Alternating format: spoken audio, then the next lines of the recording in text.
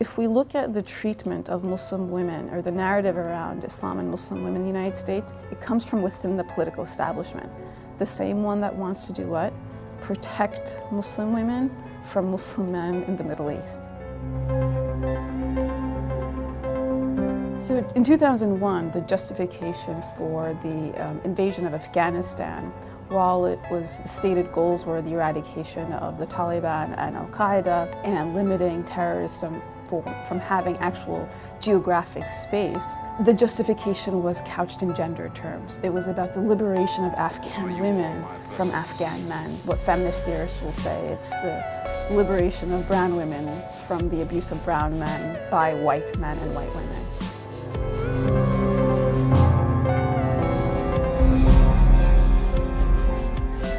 The very congressmen in the United States who were pushing for the occupation of Iraq and Afghanistan, but especially Afghanistan, for the liberation of Afghan women, are the same congressmen who are curtailing women's reproductive rights in the United States. The restrictions on women's freedoms in Afghanistan are unfathomable to most Americans. Women are banished from working. Girls are not allowed to attend school. Women and girls cannot venture outside without a burqa, which they are forced to wear.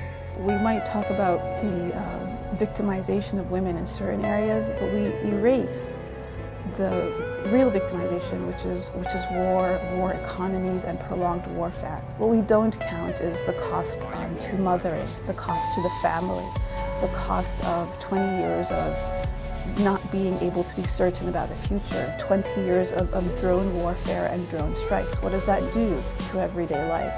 Some of the most emotional interviews we have out of Afghanistan is women talking about how much they fear clear skies, because clear skies mean drone strikes. So the question is this really about women and the protection of women? Or is it that we have become comfortable with looking at women over there very differently than we talk about women in general?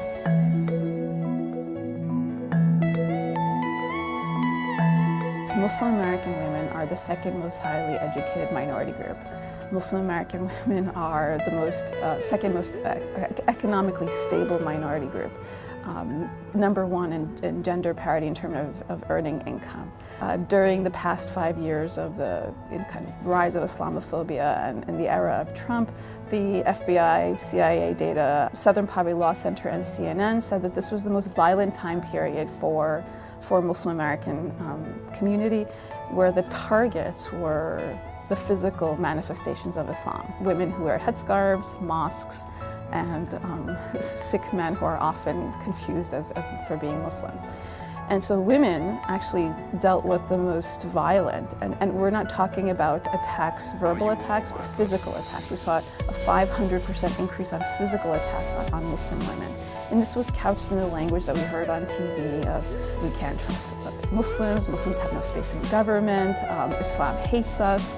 And that extended into the social political landscape of the United States. Anti-Muslim sentiment rose to the highest levels, even more so, 10 times more than it was after 9/11. And so this led to the political language couched in Islamophobic terms that took what used to be marginal and Islamophobic and anti-Muslim sentiments and made them mainstream.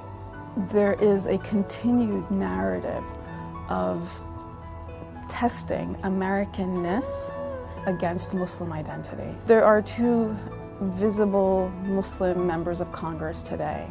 However, they deal with the most vicious Islamophobic attacks, not just from the general public, but also from within the political establishment. And they are those that not just have verbal attacks on Twitter, but have alleged threats of violence and death threats. What we're seeing today is the narrative of suspect citizens, and the suspect citizens continue to be minority groups, primarily Muslim American and Muslim American women. So the intersection of those identities, while we see that Muslim women are increasing in visibility, they're also becoming the most targets of some of the most visceral hate, choosing the most visibly different, which is a headscarf, no matter how fashionable, becomes the holding on to the white power nationalist rhetoric that is gaining ground throughout Europe and the United States.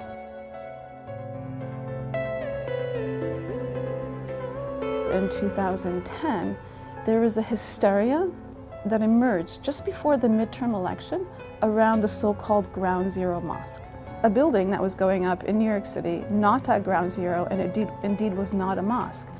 But the political establishment, or members of what would become the political establishment, were saying that there's a victory mosque being built in New York City on hallowed ground.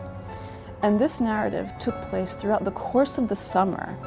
The hysteria led to the rise of more radical elements of the right who rode this into the November election. The weaponization of Islamophobia and anti-Muslim narratives. The other is coming, the other is everywhere, and we need voices from the right to move into politics and in governing positions to protect us from the other. And today, the most visible other in Europe is a Muslim woman with a headscarf. And so the question is, why does increased Islamophobic rhetoric from within the political establishment lead to the successful election of members of the right? This is the lesson we learned from the United States. It works.